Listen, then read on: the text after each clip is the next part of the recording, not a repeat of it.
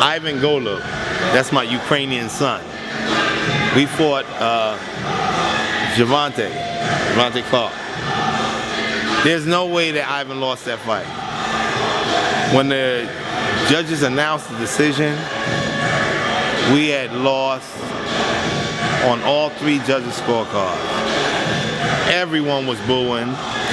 The commissioner fired the referee and 2 of the judges were on indefinite suspension for inaccurate judging. Needless to say, it's something that needs to be worked on, because in the professional ranks, this changes your entire life. And yeah, we can say, oh, we got robbed, but after it's all said and done, people just look at your record and they see the L.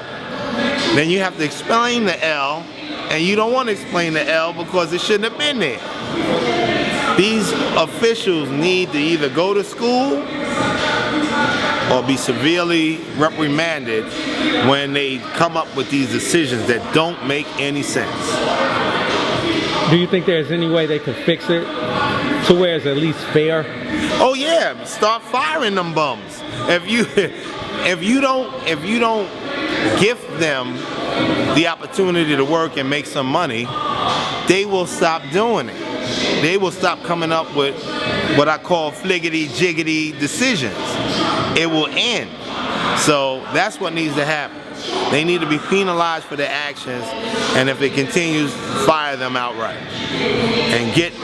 And let people see that if you are going to officiate at a professional boxing match, you must do it with integrity and with conscience, and don't make mistakes. Because if you do, you won't be doing it anymore. You will not be officiating at all. Now, you said earlier that Chocolatito got jobbed. What do you think happened in that fight? Well, it was a close fight, don't get me wrong, but I still saw him ahead.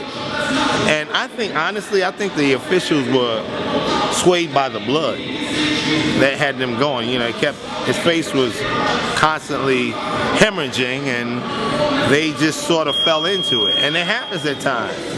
And I think that's what happened, because it was close, but he won the fight. So I think the interpretation led to that decision. Well, he has a rematch coming up with the guy.